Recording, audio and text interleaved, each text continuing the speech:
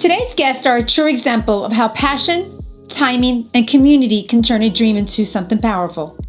I'm joined by Melody and Doug, the husband and wife duo behind 8 Count Country. Their story is a full circle one. Melody was born here in Florida and raised in Miami, always carrying a love for movement and expression, even when life didn't immediately lead her to dance. Years later, after moving to North Carolina, she discovered country dance and it changed everything. That journey is where she met Doug, who shares the same passion for dancing, teaching, and bringing people together. Together, they began traveling, training, and eventually hosting a local dance event, expecting a small turnout, but instead welcoming hundreds of people who showed up ready to connect. That moment sparked what is now a thriving, nationwide dance community rooted in inclusivity, energy, and heart. Melody and Doug aren't just building a brand, they're building a movement. I am so excited for you to hear their story.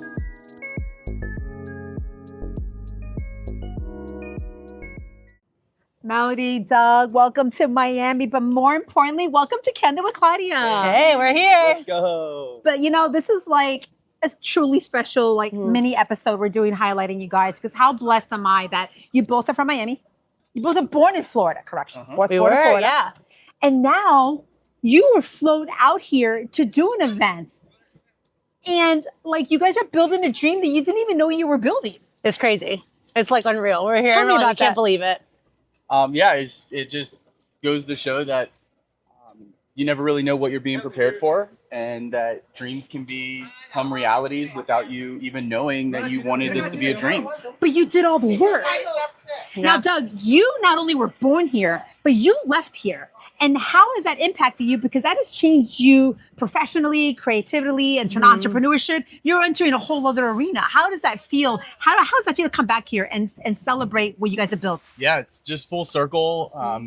You said it. It is a lot of hard work, but maybe not knowing exactly where that work is going to lead you or what that's going to propel you into. But just working hard every day and knowing that opportunities, they come, and when they come knocking, you got to open that door. And it's really cool being back. And Melody, you are a Miami girl, but you are now a North Carolina girl. Yeah. You know, when you were here, when you were a little girl, you were so committed to sports, but in your heart, dancing was always there, Oh, right? yeah. Now looking back at it, I'm here and I'm thinking like, this is why nothing else ever worked. Now I'm here and I'm like, I couldn't have imagined it any other way. And now I realize why everything happened the way that it did, even when I was confused at the moment. You know, and when I see you and I see how happy you are, and I see you on the dance floor, Hey. right? Isn't that everything? Yeah, it is. It's all belief though, right? It is. Since I was a little girl, I used to always say, believe, believe, believe. And although in the moments I was confused, I kept going and kept seeing what was going to happen. And then I met this one. I found the love for dance on the dance floor. And then we both came back to Florida, and now we're doing what we love together. And we're going to dive into a lot of questions, because I think a lot of people out there need to hear that, you know what, you got to follow your dream. You got to believe in what you want, and you got to hear their story, because it's amazing. Yeah. Super excited. So when you guys first started dancing together, was there a moment, big or small, when you both realized that this is bigger than yourselves on the dance floor and that you were going to a purpose? Yeah. The first thing that I think of is when we were dancing personally, like our partner dancing, everyone was like, y'all are so cute together. We had just started dating. So like we knew it was fun. It was special. You're doing something you love with the person you're liking, right? Soon to love. But the biggest moment I think was we did host our very first events. We would travel, host events all our lives. But the first event that we hosted for country dancing, we had hundreds of people show up. And we looked at each other, we're like, when's the next one? Like we can't stop here. So I think the event was a moment where we knew we had to do more. And so, you know, building a business as a couple is not easy. And so what strengths do you think you bring? What strengths do you think you bring to 8 Count Country that has made it thrive as it has?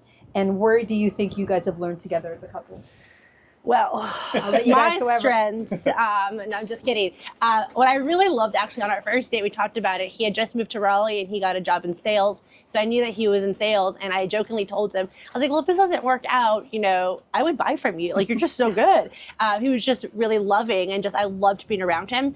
And so I think that's one thing that we both really love, is that we like to have that, that feeling of just welcoming to everyone that we encounter with our business. I personally love the operations side, the marketing side. But then he just helps me like with the coordinating day of. You can talk about yours, but Yeah. like he gets it. Actually, we show up, and then he makes the rest of it happen. I think the biggest strength that we bring as a unit is how welcoming we are to the community and how low barrier of entry it is to get involved in our social nights, in our workshops, in classes. I think that's us as a unit. I think my biggest strength is learning the dances, teaching the dances, being more on the technical side as far as like what are we learning, and then let's teach it to the class, and then Melody's the behind the scenes, the operations, like she was saying, and doing all the minute details that I definitely don't want to be doing. You have that recorded? You know, you talk about this event that you had that brought in hundreds and hundreds of people, and you knew that was your moment. What did that night teach you about possibility, about the potential, and the power of just saying yes before you even felt you were ready for this? That's a great question, I'll take that one. actually. Going back to what I said earlier, when the opportunity knocks, you got to open the door. And we were asked to, they heard that we social danced in the town and that they were having a country themed night and said, hey, can you teach line dancing? And we had never taught line dancing ever before, but it was just the yes, we can do that. Even without a brand, without marketing, without a logo, without a name, which I was so without nervous anything. about. And I was like, babe, we got to do this. We have to take advantage of this because this is an opportunity that could open up doors. And I remember that night meeting a couple that needed to learn a first dance for their wedding, and they ended up booking lessons with us after that. It was some of our first private lessons we ever had because of saying yes to that event. So what do you think about the early moments, right? I'm sure there was doubt, right? Is this really a business? I mean, this is dancing, right? And what shifted that mindset and made you see 8 Count Country come to life as something that, oh, we're going to build this, we're going to sustain it, and we're going to scale this into an actual thriving business? So in the beginning, it was really hard. I wasn't sure. We didn't have a logo. We didn't have a brand. That was my thing. And thankfully, he pushed us, and he's like, we have to just do it, and we did it. But then again, people started asking for more classes and more lessons and like booking us for other events. And so I was like, okay, well, as months went by, we started to think about what would this look like? What do we want to be known for? Ironically, one of my favorite numbers is 8, or it is my favorite number. And so the number, infinity means always. It is tattooed on us on our first trip to Miami together. And here we are. We got married on 8/8. So I just liked 8. We teach dances by the 8 count. And we did have a friend, give credit to one of our friends. He did branding. I'm like, hey, you need to help us. And I sent him all the words that we liked, and he just sent us like a mock-up that looked similar to what we use today, and it just stuck. And I'm like, it's 8 Count Country. And from there, it just grew, and we just knew we had to keep going from that moment. Yeah, the thing I think at the beginning that we focused on was just putting one step in front of the other and taking it day by day was, hey, can we run an event here? Can we run an event there? What if we opened our schedule up and somebody needed a lesson here? Like, how could we just be open and say yes to as many things as possible? And that has built our brand into now we're able to be a lot more selective, and we actually have to say no. And it hurts us, but sometimes we have to say no because we said yes so much. It gives us that opportunity to pick and choose what we want. So who came up with 8 Count Country? Our friend James. Okay. Yeah. Okay. I think all 3 words, 8 Count and Country, were 3 of our maybe 7 words that we gave. And we were just playing with it. And it was the vision that he sent to us. It was just because of the mock-up. We saw a mock-up and we're like, this has to be it. And from there, it just ended up becoming what it is. Yeah. That was like probably about 8 months after we started teaching is when it actually happened. You know, as a Gen Xer, our podcast is about cross-generational conversations. And I have really been inspired and empowered by speaking to young individuals. You all are millennials. And so, and as an entrepreneur, I know that the process, there's fear that you have to kind of overcome. But millennials are sometimes known for, they're stuck between liking stability, but also being very passionate. And so as millennials, what helped you move past the fear of like, okay, I'm going to get out of that 9 to 5 and I'm really going to build this because I believe in it. So what finally pushed you guys past that fear and says entrepreneurship is my calling and I'm going to do this? I knew I always wanted to do it. I was always confused growing up. I knew I was really good at a lot of things, but I didn't know what I wanted to do. Like, why did I work at this business for 4 years? And it'd take me nowhere. Why did I work at this place? But I knew I loved all these different things. And then ironically, when I met him, it all made sense.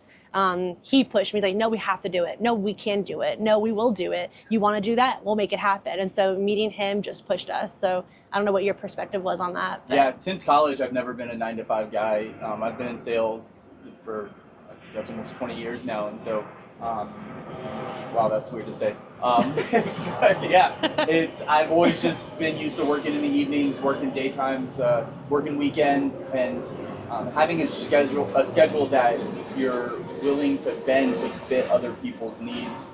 I've always just been a people pleaser in that aspect of I don't need just the 9-to-5, and I'm okay working outside the boundaries a little bit. Yeah. You know, Melody, I'm going to shift and I'm going to go off for a second. And, you know, you said something that I think women need to hear. And that is, when I met him, I knew. You know, I think so many women, I always say I was a late bloomer. I met my husband late in life. And I'm blessed that I waited, that I skipped over the ones that I met and skipped over the ones of, you know, I thought it was right, and skipping over the conversations with all of my friends who were all married before me, right? And I waited and I found the one, and I'm glad I did. And it was much later in life. What can you tell young girls who may be in their early 30s and probably stuck and maybe concerned that they haven't met the one, and worried that, oh my gosh, I'm 28, oh my gosh, I'm 29, oh my gosh, I'm 30, I'm not married, I haven't had a child. What can you tell them? You made me tear up. Growing up in Miami, it's very materialistic. It's a lot of stress. And, you know, as a daughter of like 3 girls growing up at the time, it's just like going into sports kept us away from some of those things. But then moving to North Carolina at 15 years old, we were like, oh, these girls from Miami. And it was very difficult, but it was just very new. And like, we didn't know like boys this and boys that. And so, you know, you're always looking for that at a young age, but in those moments, it doesn't make sense. Like, why would that person not write back to you? Why would this person this? But similar to the business, you know, like you said, verging off of that topic, now with the relationship portion, you look back and you realize why none of it worked. But I do remember the same thing I mentioned earlier is the word believe. And I never knew in the moment. I just kept saying, I believe there's a reason. I believe it's going to work out. I just know it's going to work out. And even though the jobs didn't make sense at the time or all the different decisions, I just knew I always chose what made me happy. I never settled. And if my story meant that I was going to find somebody in my 30s, I couldn't imagine any other way. So it totally makes sense. So I would just tell somebody, don't worry about it. Choose you. Choose what makes you happy, because it will make sense. Eventually, it will happen the way you couldn't imagine. It comes out better than you ever expected. Oh my God. You know, and she said something, I'm going to repeat it because it's worth repeating, is don't settle. Don't settle. Because it's there. The plan is there for you, and it's going to come to fruition. When it does, it's fantastic like this. This life was created for us the way it is right now. So from the millennial lens that you both are, how do you think your generation approaches community, creativity, side hustles differently than kind of my generation as a Gen X? And how do you think that has influenced you building 8 Count Country? Do you want this one? Sure. I think regardless of your generation, people want to be connected, be heard and felt and seen for who they are. And I think whether it's a hobby on the side, I think it's whether it's their job, whatever it is in life, people just want to know that they're accepted for who they are. And I think that's one thing that the brand that we've created, 8 Count Country, has really embodied and empowered, is that we want to connect with anybody and everybody from whatever walk of life that they're coming from. We have a slogan that we say, 8 Count Country everywhere.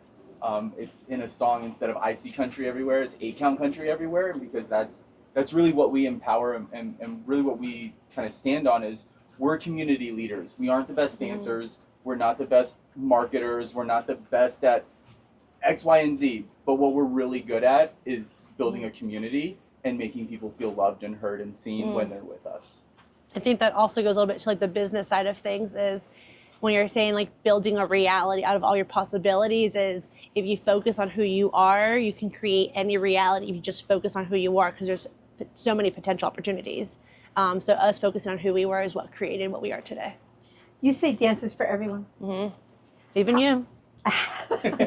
Well, we're going to see that later. But anyway, let's focus. How are those values, and I think you've said it, but it's worth repeating, being welcoming, being inclusive, being Yeah. community driven, opening the doors and creating opportunities that you never expected. Do you think that's cross generational? Yeah.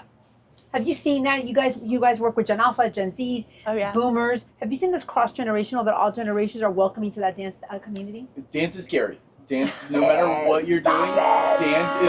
Hallelujah. Miami, we're here, Miami. Even you.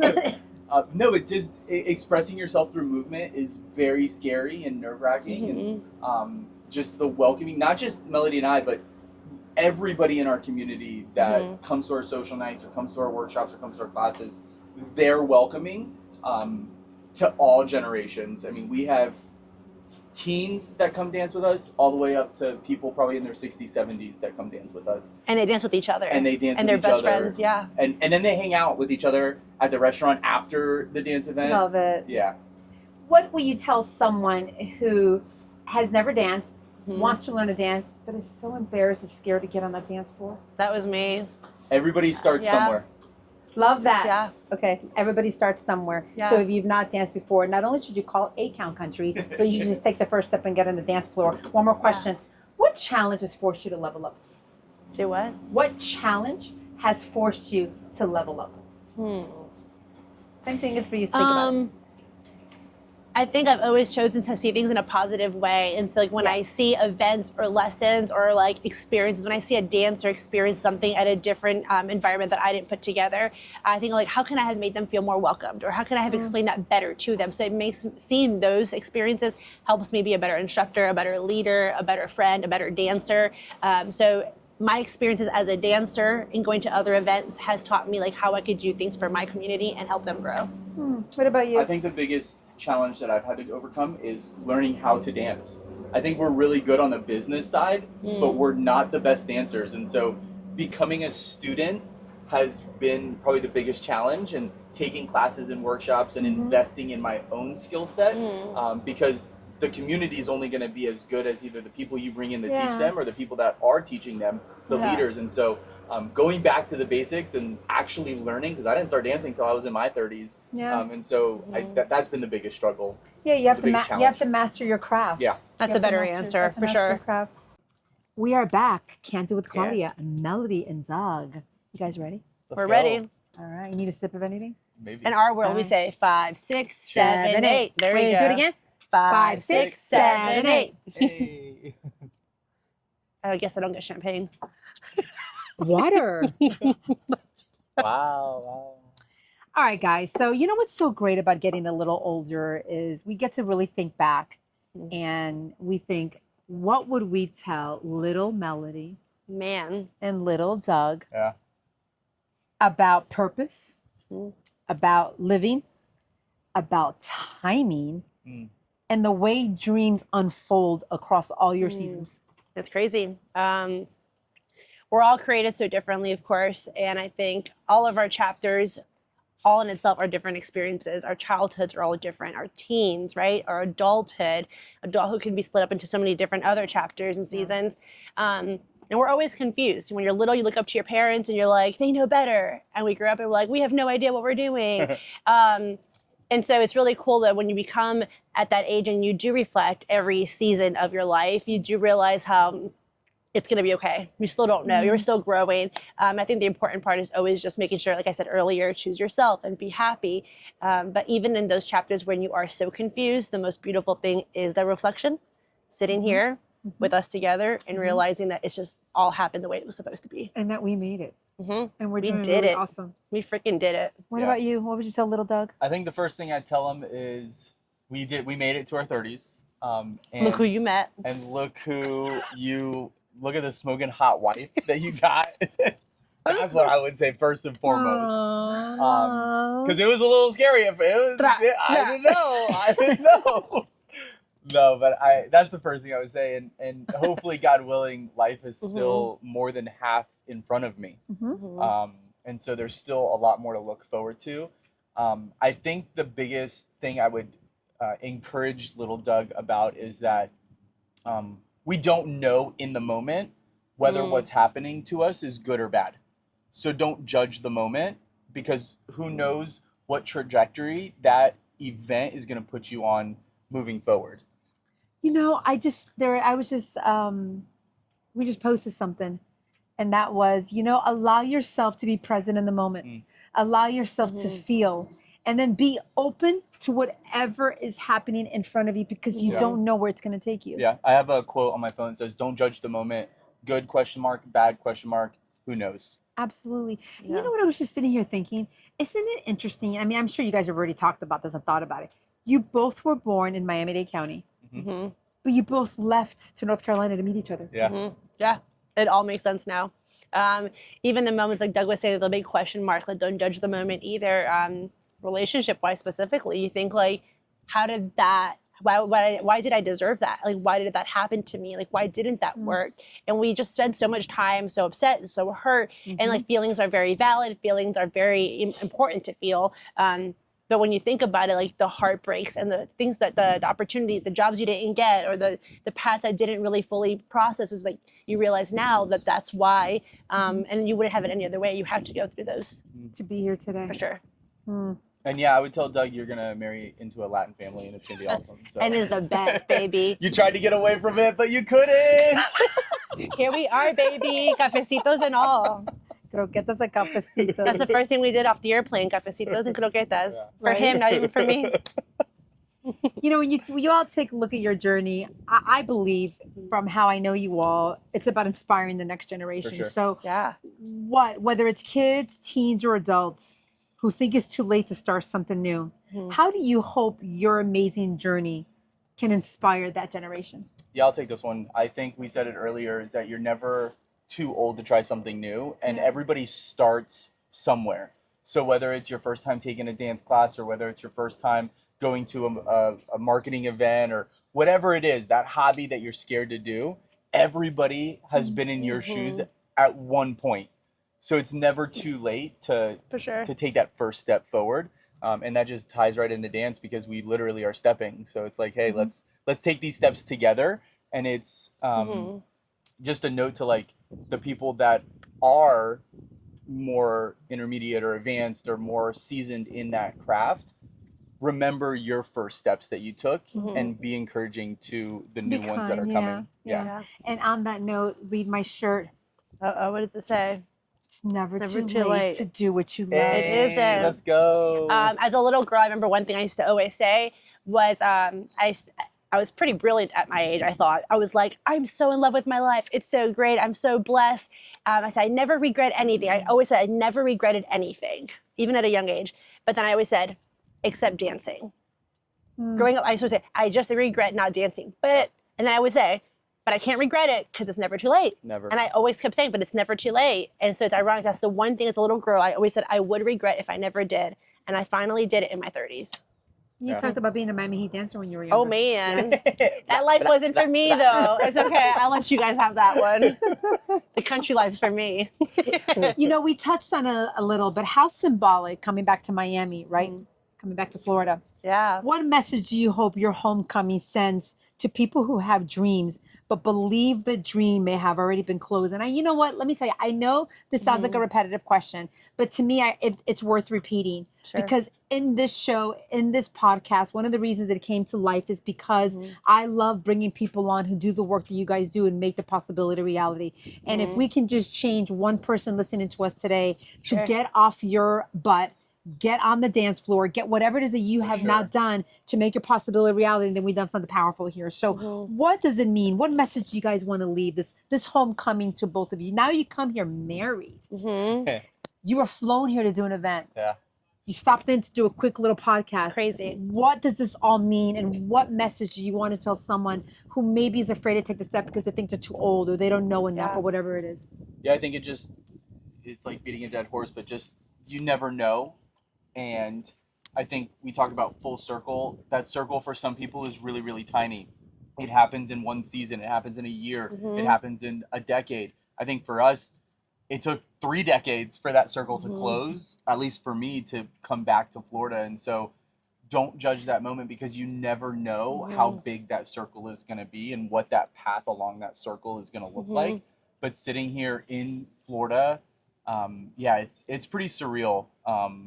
Thinking about where like my feet have taken me on my journey, but that I like business wise and my passion wise, it has brought me literally full circle. Yeah, it's cool. When we teach dance, many times in a lesson, I'll be like, life lesson, life lesson. Everything about dance is relatable to life lessons. Just like the way when we do partner lessons, I feel like, you know, as in his position as the lead, he's leading the dance and I'm following. So it teaches us a lot about relationships, but taking our first steps when we're scared. Last month, I competed for the first time, which was something I was so scared of doing. But one, I did it for the little Melody, and I did it for all of those who were watching. And so you never know what you do can inspire so many people. So just do it. And shout out, she ended up winning her first competition. I did. So, There you go. Marry yourself somebody like this. He's my cheerleader. Yeah. You know, when you look at where you started and you look at where you are today, what do you feel most proud of? Not necessarily just business owners, but individually. Yeah. The first thing is just my favorite word ever, believe. You gotta believe. You just have to believe. And I remember as a little girl, people used to ask me, what do you believe? Like, what do you mean? Like, what does that mean? And I kept saying, I just believe. Like, what do you mean? It doesn't have to be that complicated. As long as you believe in it, it's fine. And so believing, and like I said, as a little girl saying, I didn't regret anything. Like, there's a purpose to everything. Just keep going. Just keep going. Because when you look back, you're just like, it's better than you ever imagined. How about you? Can you ask a question? Of course I can. When you take a look at where you started and you take a look at where you are today, what are you most proud of? Not necessarily as business owners, but just as an individual. I think I'm most proud of the obstacles that I've overcome to get where I'm at. When I moved to North Carolina, the thing that got me into dance was I made a list of things that I wanted to learn and things that made me happy. And moving my body made me happy. And so I signed up to take dance class. Randomly, it was salsa, and ironically, that's how we ended up meeting. Oh my God, I didn't know that. It wasn't country dancing, it was salsa. Was because I made a list of things I wanted to do that made me happy. And so I signed up to take. And so I think I'm most proud of accomplishing that feat and learning something new in a season of my life that was a very dark, wintry, cold season. Not physically, but just emotionally a very hard season. And it was climbing out of that hole by doing things that I love and things that I wanted to learn how to do. But that's an example. When you are in a dark moment, it's so easy to cave in and be in the rut and stay there because that can't seem easy. But the most powerful thing is you got to move. Always. You got to keep moving. Got to. And that is what you did. And look, you're here today. And here I am. Here we and you are. married the smoking hot wife. Oh my word. So what does the next chapter of 8 Count Country look like? And what do you hope to build and teach and leave behind for all the generations that come after you? First thing I thought was babies. Well, there you go. Future dancers. Future dancers. Again, life lessons, like, right? This applies to life and to dancing with our business. In the business is create new dancers, encourage people to keep trying something new, step on the dance floor, which we do already. So many people are out there for the first time overcoming fears or doing this because they're just single parents or kids who are just overcoming a challenge. But then in my life personally, it's just, I want to keep building new dancers and creating a family. Yeah, I think the next step for, or the next vision or the next thing I see with 8 Count Country is I want people, when they see the brand, when they hear 8 Count Country, Doug and Melody, is they just feel loved. They feel like they're a part of a community that cares about them, cares about their personal growth, and cares about them as a human being. So that would be like the vision for where the business could go is just a big old community. You built an amazing culture and community. Yeah. Too many times I've worked for people who didn't make me feel like I was part of something. Yeah. They thought they did. Thought they did. And so I always said, get hired to be Melody. Got hired to love on them and be great to their customers, their clients. But I never felt that from my team. And so to be able to build it out together now, and we get to be Doug and Melody. We get to love people, do what we love, and just make people feel loved. And it's just blossoming into this. Like, it just shows that it works. Well, you guys heard it here. The future of 8 Count Country is continuing to grow, and lots of little dancers, but we won't know where they're going to come from. Hey. Stay tuned. So you all know that Candid with Claudia is about possibility to reality. So we cannot end this amazing segment and this amazing mini episode without asking the question to Melody and Doug from North Carolina that have truly made the possibility reality. So you had to sum up your journey that speaks to possibility, to reality, like you all have made it, well, what would your candid truth be? Oh. Don't stop believing. Just Hold on to that feeling. I can't. I can't. Man, if that didn't summarize it in itself, melody, it's going to be amazing. I would just tell myself and everybody, it's going to be amazing. I don't know. This is perfect. Everything that I ever questioned, always believing, just brought me to this moment. I'm back home. I'm doing what I love as a job with the person that I love on this incredible view with you. Like, you can't explain it more than that. Yeah, I think the candid truth is that God's timing is perfect, and we don't know what that timing looks like. Yeah. So whether it's a really big circle, 30 whether years. it's a small little circle, don't judge the moment and try something new, because you're never too old or never too young to try something new. Just keep believing. You guys have been fantastic. Thank you so much you. for spending time with Candid with Claudia. I know your time here is brief. I know you have to rush to an event, but God bless you. I love you. Thank Keep you. doing what you love. ACAL Country will be performing this weekend. And don't forget, got to stay tuned. You got to subscribe to TikTok, Instagram, and Spotify. Candid with Claudia. What is your candid truth? And are you making your possibility reality? Hey. Cruising out.